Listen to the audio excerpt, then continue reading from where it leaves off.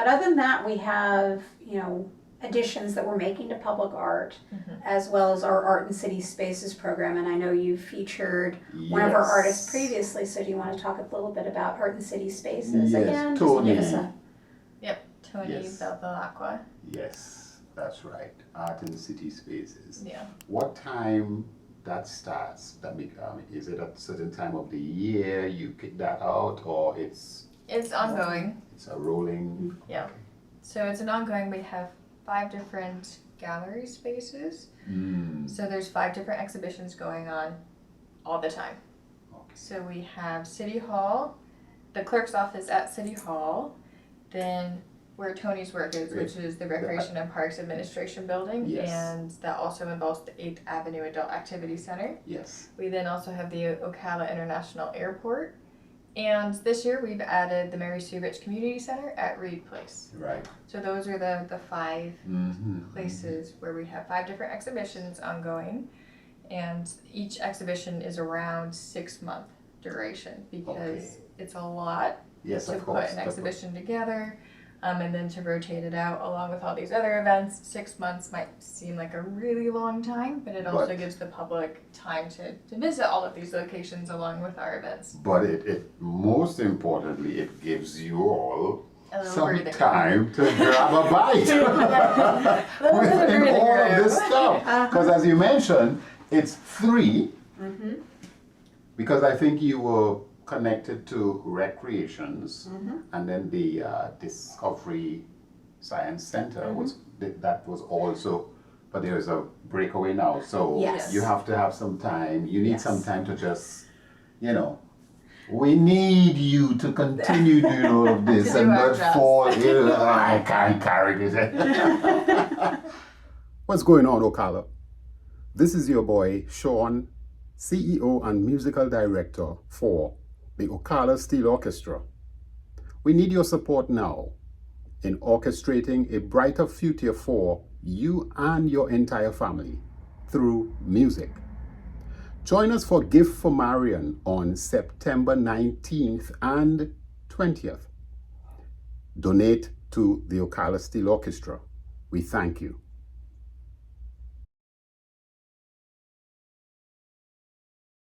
Wow, that's a lot of work.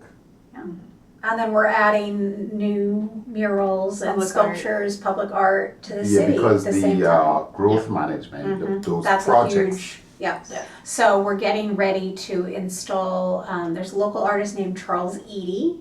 He's actually, he's currently at Appleton. Yes, he's got an exhibition at the Appleton, and he's also been featured at the library previously. He very graciously gave us a very good deal on painting 8 portraits for the Heritage Trail. And those are going to be installed, knock on wood, probably in about 2 months. That's wood, right? Yeah, that's wood. That counts. So they're on street panels. So they're 8 feet by 4 feet. 4 of them, they're double-sided. So you'll be able to walk down, and they're kind of like the ones that are at Scott Springs. We have Scott Springs panels that are up. Those are the legacy panels. These are going to be the heritage panels, and they these four panels, 8 paintings feature 8 prominent members of historic West Ocala. And they're absolutely stunning. So we're getting ready to install those, and then we have. We're currently working on a project for the S-curve mural, which I don't know if you're familiar with that. Previously, Mel Forentino had her, she had that beautiful mural there. Right. And the contract expired with that. We had it up for 5 years, and the building owner needed to do work on the building, and we didn't have funding at the time to replace that mural or keep that. So it was painted over, and that's kind of like the give and the take with public art is nothing, particularly in Florida, lasts forever. You're putting it out in the elements. There's sun damage, there's weathering, of course. And murals typically last 10 to 15 years. I'm going to say 15's a bit long. Right. So anywhere from like 5 to 15 years, you're going to have to address: do we refurbish this, or do we do we bring something new in? Yes. And because just the state of where we were, we decided to let the building owner just put a fresh coat on there so his building looked nice. Yes. So we're currently working on a project there. We have, of course, all of the maintenance that takes to keep up. Like, you know, it's, I refer to people all the time are like, oh, well, we can just give you this. I'm like, oh, we don't. We appreciate free puppies, but, you know, just like a free puppy, it comes with maintenance and upkeep, and people don't see that side of it a lot. So we haven't, I guess I can say this, we have an exhibit tech position if you'd like to come work with our small but mighty team. And that person goes out and maintains all of our art, and that's a huge component of what we do, because we don't want to have art pieces that look terrible. Of course. Nobody wants to, oh, that's covered in mud and bugs and spider webs. Like that's not welcoming. So we try to keep and maintain a certain sort of standard for all of our pieces, because we don't want them to fall. We want them to last as long as possible. Great. So yeah, we're in a huge transition, and we're waiting to see the budget that comes in to see if we have any more CIP projects. So projects that are tied to community development. Right. We've got our eyes on several projects that are coming up. Yeah. And several locations in downtown as well as around the Ocala area that would be involved. So it's a constant planning and just rolling out. Yeah. For example, we usually tie an art project to Levitt. In the past, that's been refurbishing the Black History mural. We also added a mural to the outside of the cross-ski. We added sound panels on the inside of the cross-ski that were part of an art project. So various things. So next year, for our 2024 season, we've just heard that the skate park is going to be expanded, and they're going to work on phases 2 and 3. Right. So with that, we, I think it was the 2018 Levitt project was the skate panels that are out there.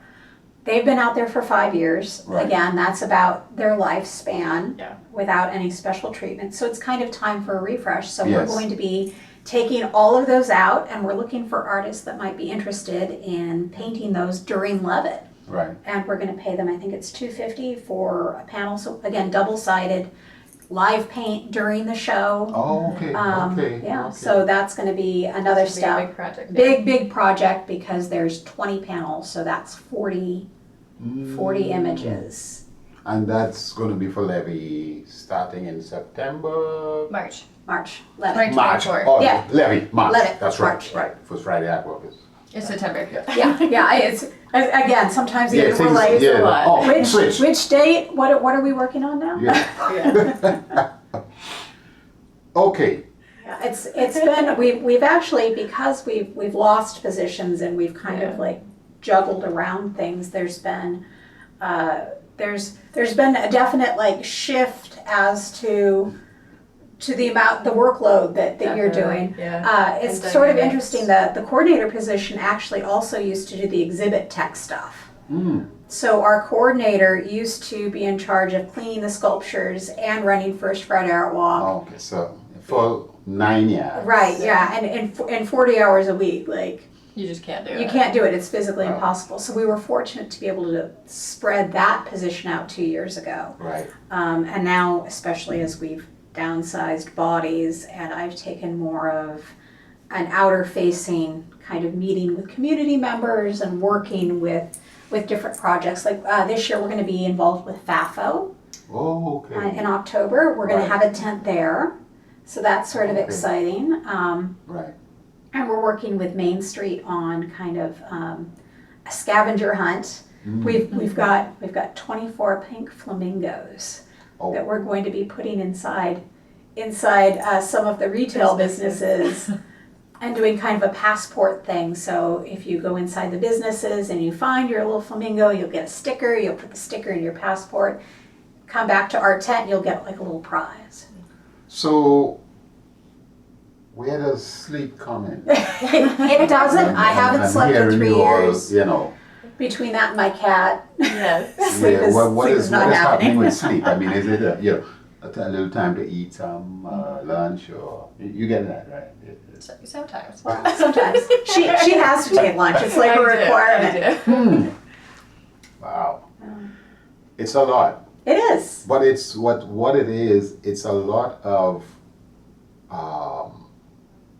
inspiring, because the way I hear you all talk about it, I think that is why that keeps you moving, because it's great, it's experiencing folks coming in to do stuff, meeting people, setting up stuff, and then seeing how it unfolds, how people react to it.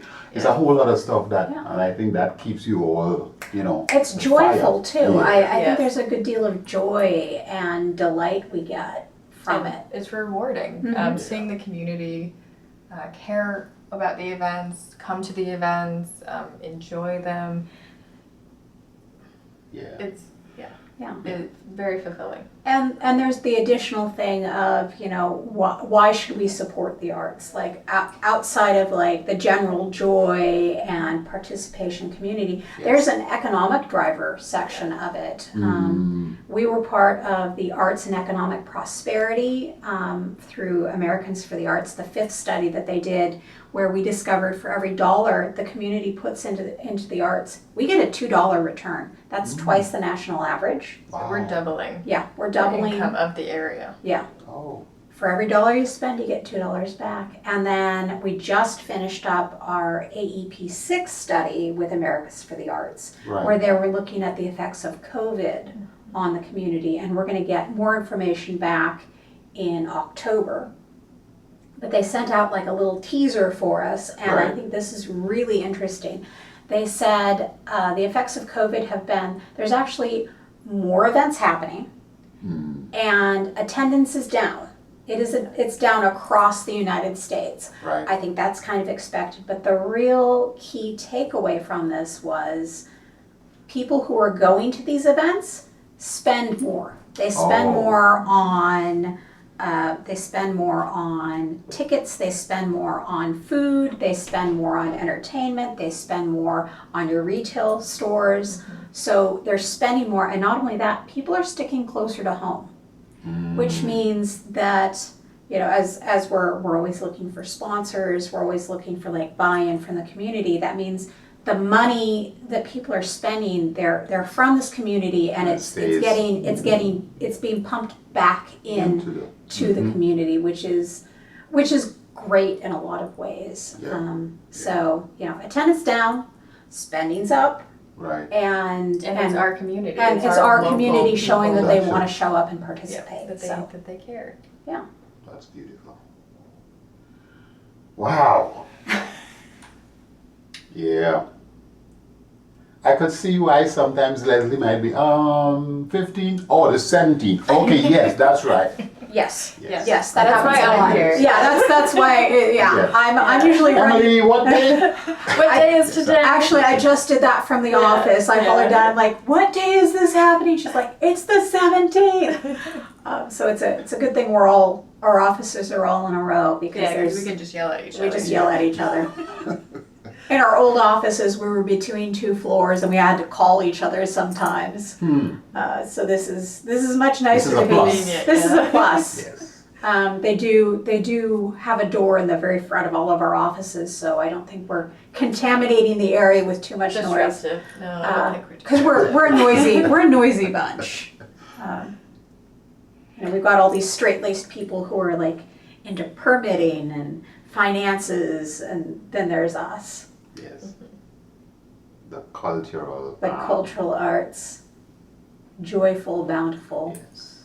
exciting. exciting. Making sure the folks in the community can have something that would fuel their sanity to continue.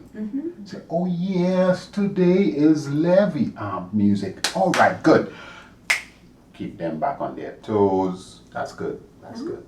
Yeah, yeah. And just, you can be walking down the street and come across a piece of public art. That's right. And the thing about public art is you're not going to like everything. Right. But that's why we try to have a variety of different styles, different artists, different forms, and sometimes the things that you don't think are going to grow on you do. Yes. Yes. The piece that I always use, and you've heard me use this, I think about a dozen times, we have Job by Claudia Lauster that's in the MCA courtyard that you're very familiar with. It's a limestone piece of Job from the Bible, and he's curled up, and it's a very visceral experience of grief. Yes. And I think it's beautiful. But the first time I saw it, I was like, oh, I can't. Yeah. It's so overwhelming. It's such a simple piece, but I find it so overwhelming that the first couple times I was like, I don't know if I like that. And now it's actually one of my favorite pieces in the collection. Yeah. So sometimes you've just got to live with things. It grows on you. I mean, the community, things eventually. I think what also happens is you have to mature to that. Some things we mature to.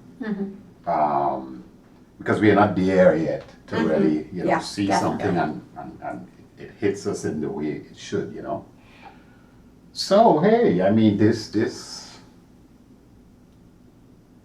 behind the scenes Ocala. Lifting the curtain. Yes.